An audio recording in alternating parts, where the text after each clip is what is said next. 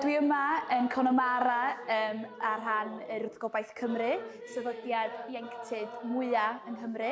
Dyn ni yma mewn partneriaeth efo TG Lurgan mwyn creu caneuon ar y cyd yn Gymraeg a Gwyddeleg.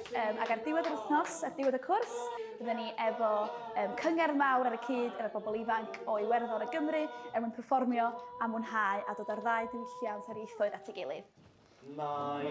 Is nascéad yn y teangacha agus tugann sé sa spreagan yn y dátaíonn seo mar go eicinn siad an luchtú an Bhreatain Bheag ag meart a teanga féin go líofa agus b'fhéidir go tugadh sé sa spreaga dur na dátaíonn seo. Múnann siad at teanga dún múnann muid or teanga dóibh.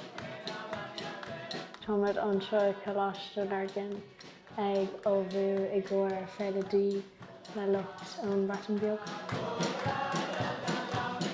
Chaith bhí leis ná go meach ceardlanna aibde is óganí a éirín agus óganí Bhreatain Bheag le go goidís cinál tugraí cinál tháingacha dála chéile. Thuaimar ar cuairt chuig an Bhreatain Bheag ag an cás go mbliana agus bualamar leis na dátaí an Bhreatain Bheag bhfuil an seo léinn inis agus thuaimar déanamh ceol agus arán éagsúil lo. Tá sé andeachraí do thuiscint mar atá siad ag leirt as Bhreatain tá an fuaim chéine ach tá na ocail agus an teanga códéifrí. Nuair bhíomar ag leirt le chéile, táid ná rudaí a thuigint agus táid ná ceithúil tú na chuna sa táú rá ach ní bhí thuigemuid na freigar so bhí sin an pí isteachar. Tá roinnt tréithe cománta idir dá agus tá tuism go láidir iad. Garí na foiimena, feicem go na foiimena chéanna maidir le cecha láran caiintirí dócha sé an éirín agus teanga na breise. Feicem go an ééis go hobs féitúna an áireacht agus an chaint fichas suas mar sin. Áit go míon duine gan éirí na stracha leis a bheit pí mór fada le fiúród choisiimple cecha bhultúrá. Tá seach bar a buinte mar chun na foiimena acu. Tá roinnt gan na bonfrásaí a bhfuil cecha bhultú setútí, Tá me tá gur maithad roin neann dialch sin gur maithad créasú fáilte ród. Tá roinnt gan na bonfácail acu cearcha leoras bíonn siad agus bíonn siad a gleachta meas go chéile.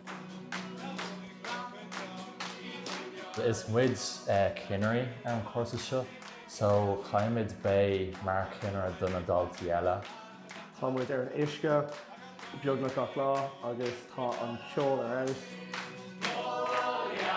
Suimhíonn ag bualadh le daoine nua agus ag foghlaim níos mó gaeilge. Ceapann tú go bhfuil is ad gacard agus an sin hagann tú ráis agus tá tú foghlaim rudaí níos mó. Seo é má cathrú chusa agus an trí bhíonn so bhí mé an seo i dó fé trí mar scoláire agus tá marráis mar cinire an mlína an chusaí agus tí. Tá sé deas chun briseáil ón blog lia agus is a bheith sa orfaoin túa.